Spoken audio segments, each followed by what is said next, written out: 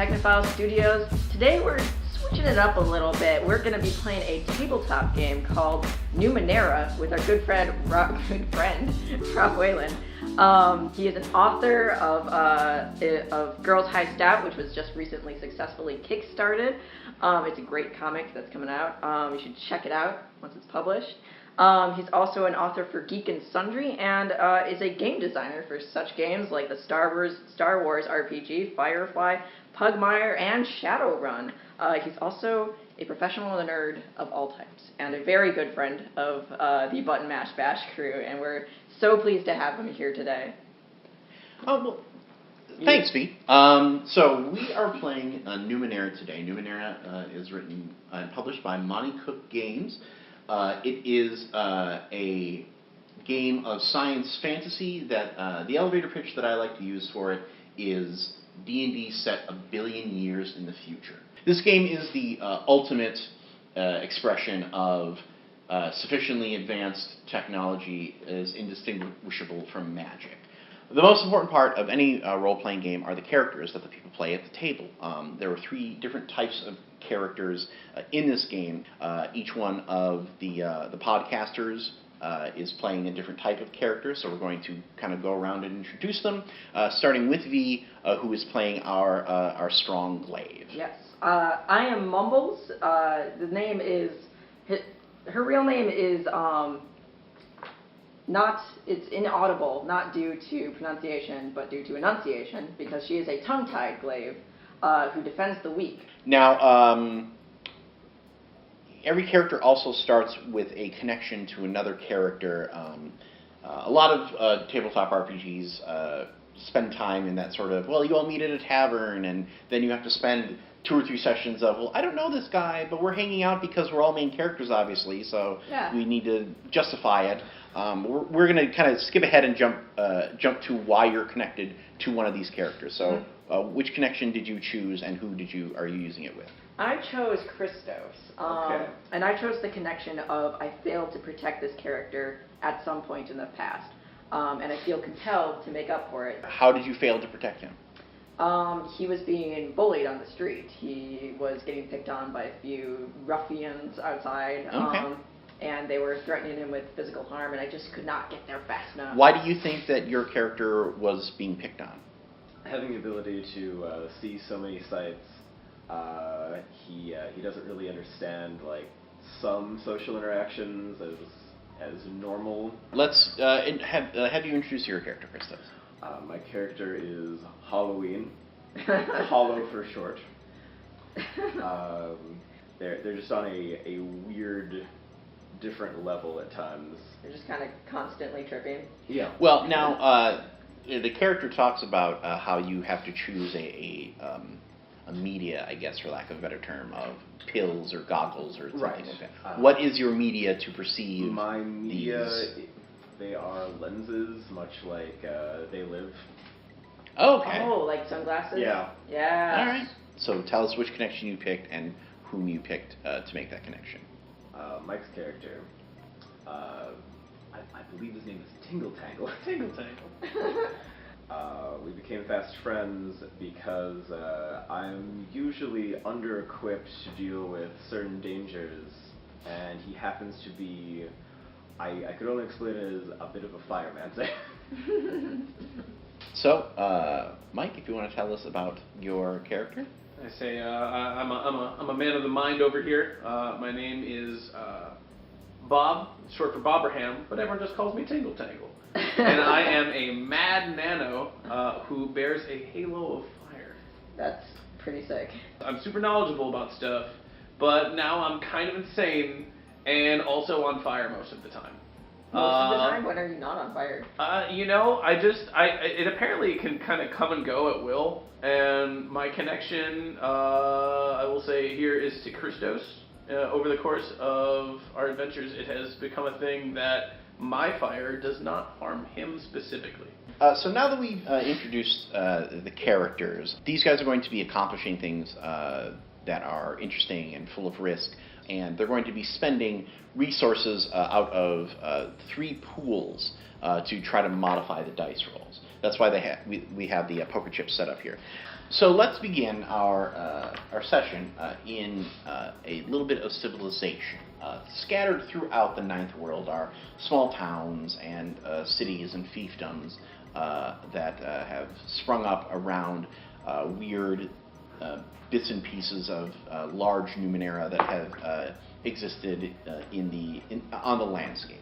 Numenera, the title of the game, comes from the general term for all the weird things that still exist in the Ninth World that people are still trying to figure out. The three of you have come to the town of Jute. So imagine if we're talking cinematically, this is the crane shot where you've got the marketplace and people are screaming at each other in hundreds of different dialects and things, and the three of you are sort of walking down the middle of it, looking at bits and pieces of sellers' wares, and maybe thinking about grabbing one of the grilled meats that's grilling up out of a statue tilted back with flames shooting out of its mouth. Dude, every meat you eat is grilled. I say, do I get a discount because I can grill my own meat? Just buy it fresh. Or can I get a job as a part-time meat griller? Are you going to try to convince the butcher to let you grill your own? I mean, or to sell you raw meat. Yeah, I'm just saying, could I get a discount on raw meat? I mean, I'm not. You're paying partly with grilled meat for the service. So let's maybe open with this scene of Tingle Tangle talking with the meat vendor who has various strange animals dangling from hooks behind him on a little cage set up. So what will it be? Says the exotic butcher. I think I am feeling a little intimidated by the fanciful, wear of this He's man. not your usual white apron butcher. That's he for sure. seems like he's got his stuff together. A little glitzy. But I think I'll go ahead and I'll ask him if I can get a little discount because I want to fry my own meat. Maybe give him a little arm fire as a demonstration. I mean, I can grill it myself, man. I don't necessarily need you to do that for me. So how about half price? He taps the butcher's knife that he's been using to his mouth, and you can see him kind of lick it as he does it. Let's do this as a sort of a test run of how the mechanics work. Okay. So you're going to make an intellect roll. Okay. Now, what you may do as part of the intellect roll is you may spend points from your intellect pool to lower the difficulty. You can put 3 points gives you 1 level of effort, which means that lowers the task difficulty by 1. Right. Do you wish to do that at this time, or do you not? I think I'll take my chances on a natural roll here. Okay. So roll the d20 in the little receptacle here. And let's see how it goes. Come on, lady luck. I need me some meats. Oh! Whoa! Start it off right. Get that 20. Start it off. Yes, get the 20 when you're haggling for need, Yeah. not when it's the please push the buttons in the correct order so things don't the nuclear. No, I want my meat. All right. Well, mandatory meat.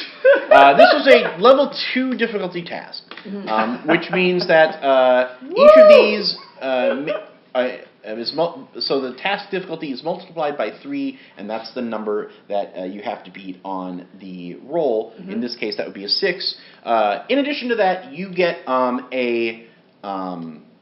what's called a major effect. So I think not only do you convince him that you can get a discount on your meat, he starts he asks how much.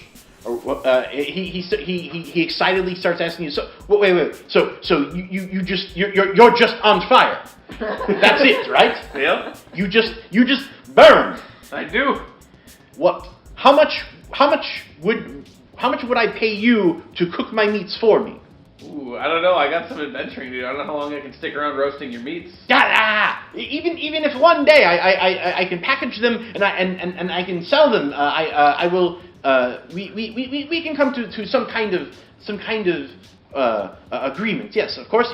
I'll give you all the free meat you want as long as you leave some for me to sell to my customers. Ooh, I'm into that idea. Yes, come, everyone, please, come and see the Burning Man meat.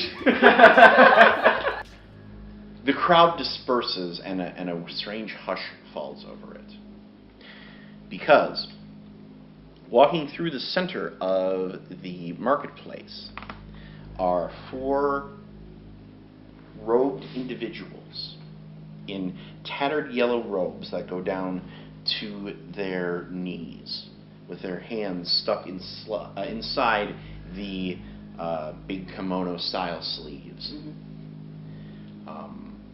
And immediately the vibe of the marketplace changes. It's gone from this vibrant, people shouting about nano meat, to everyone kind of uncomfortably being quiet and sort of suddenly deciding, oh, I should check something under my booth at the bottom of it. Okay. You were suddenly not standing in the marketplace. Oh? Me? You. The 4 robed individuals walk past. One of them looks you directly in the eye, and suddenly you are standing somewhere else. You look down and see this bright, intense yellow light that is practically blinding. And a voice inside your head says, he's almost figured it out. What? You have to help me. You have to help me get away from him.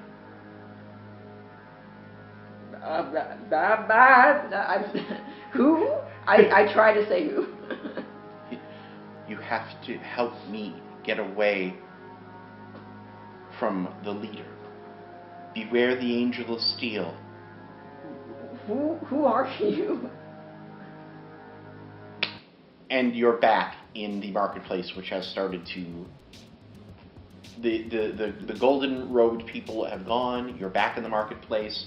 You've probably been kind of going like, hey, hello, Mumbles, you. Hey, like you're probably tall. She was staring off into the distance for a good 5 minutes as the people walked past, and once they left, everyone kind of begrudgingly goes like, oh well, I'm glad that's done. All right, anyway. So, all right, no. Did you see the light? Did you feel that? No, you just kind of zonked out. No, someone talked to me in my head. In your head. Yes, she said she was Like I didn't communicate to you. This has never happened before. People usually talk to me in my ears, not in my head. like a transmitter or something. No, I was not here. I was in another place, and it was hot, and there was light from below, and the lady said, he's going to get me, I gotta get away. Something about an altar being activated, and an angel of steel. Did those guys do anything? Did you see? Who were they? They walked through the street, and other than the various merchants in the marketplace, kind of muttering to themselves, they didn't interact with anybody. They didn't buy anything. They just walked right past. But did we make eye contact? You did. I did. I looked at them, and then I was gone. And now I'm back. All I really felt was like the emotional depth of the crowd had just dampened entirely. Like there was no noise for a little bit, and they looked like odd dudes, but they were just marching. Like what do you mean? Vision?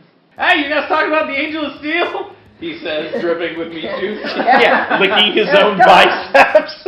I say, I'm the character that knows things. Do you know anything about it? Well, they didn't mention the altar, did they? I mentioned. Oh my God, the altar! Let's do another intellect check with you. Okay. So I'm going to see if I do know anything about this. Right, aside from maybe just random hearsay? Right. Okay. So there you go. So we'll take those. Spent all your luck in one roll. 14. Okay, so Not bad. 3, 6, 9. All right. Hey. All right. Did it. So You have heard some bits and pieces about the altar and the Angel of Steel. They're connected to a small church called the Golden Chosen. The Golden Chosen have you understand that they have a space that travels, and it pops up randomly around the ninth world. Oh. So if they're here, that means that their space, which they call it the Narthex, is probably nearby, and it is also probably chock full of delicious ciphers and Numenera. Okay. Which is our main goal, which is to find all this cool stuff. Now, I mean, in this knowledge, is it known if they are ne'er-do-wells? I mean, are these Golden Chosen, like, are they just all about, like, letting each other, well, like, they let haven't people really be, made or... a good first impression on me. Right, I mean, they seem like they're bad news, but just in general. No, they're fine. Anyway, back to grilling meat on you. They're so. good guys, you know. I looked at one and I had visions, okay? That's, I make eye contact. Ray, that's bad. That's real bad. Well, because from what it said, it was like, you know, you gotta hurry, you gotta help me. So apparently being initiated is maybe not voluntary and probably not good. In the interest of fat loots, do we want to check this out? Well, you said fat boots. I mean, we're just gonna stand around all day watching you cook meat on your body. So. All right. Well, yeah, we gotta wait till my meat shift is over. We gotta wait till I'm done working for the butcher. All right. So So, the man over here. how are you going to find out where the Narthex is located? Let's ask our butcher friend. I say it. Does good old Donald know anything about it? He's happy to answer your questions if he knows them, so long as he's able to grill meat over you. Right. Like it's kind of like, you know, like when you're getting your hair cut and they're like making chit chat. Yeah. He's doing that, but with exactly meat. what it's like. This will be another intellect challenge, since intellect is what powers sort of talking to people. So. Right. Okay, so give me a I'm roll. gonna ask him if he knows of the perhaps any rumors or whereabouts of this these creepy happenings with these people in the last couple days or weeks or so. See where they're hanging out. All right. 14 again. That's unlikely. 3, 6. Hey. All right. All right. He says as he drapes more space stags on you. Yeah. This one is done, and he flips it. Yeah, flips it over. Donald kind of shakes his head sadly and clicks his tongue. Those weirdos, they have claimed not one but two of the daughters of Trut. One of them, Shom, she joined very soon after they arrived, and her sister Ivana, who follows her everywhere. She is the one that normally comes into town and to get food and supplies and these things for their little clubhouse thing. People ask her about what goes on inside there, and she just shakes her head and Where's the? I say, do we know either where they live or where they've been going? they say that their temple is on the ridge that overlooks the lake to the north. But I also know that to get inside, there is some sort of ritual that must be done to open the doorway to get inside the temple. It's not simply locked or something like that. I think you must be. I have heard that you must be loyal to the cult, or that you have to paint the door with blood or other superstitious nonsense. Okay, so I mean we have a pretty good idea of this temple. So we need a ritual and maybe blood. And do these guys hang out in town, like how they just cruise through, or are they generally keeping to themselves up in temple times? Okay, so there's not a big likelihood that we'll see them again today. Unlikely, yes. Okay.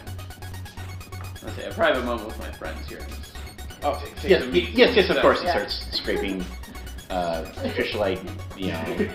He's got a metal spatula and Yeah, he's he's scraping off scraping me your off. arm. You're like, this is a good massage, but you know. Yeah, you're getting exfoliated. I didn't here. expect the spa day, you guys. Yeah, man. Don't get weird, but yeah, pay me.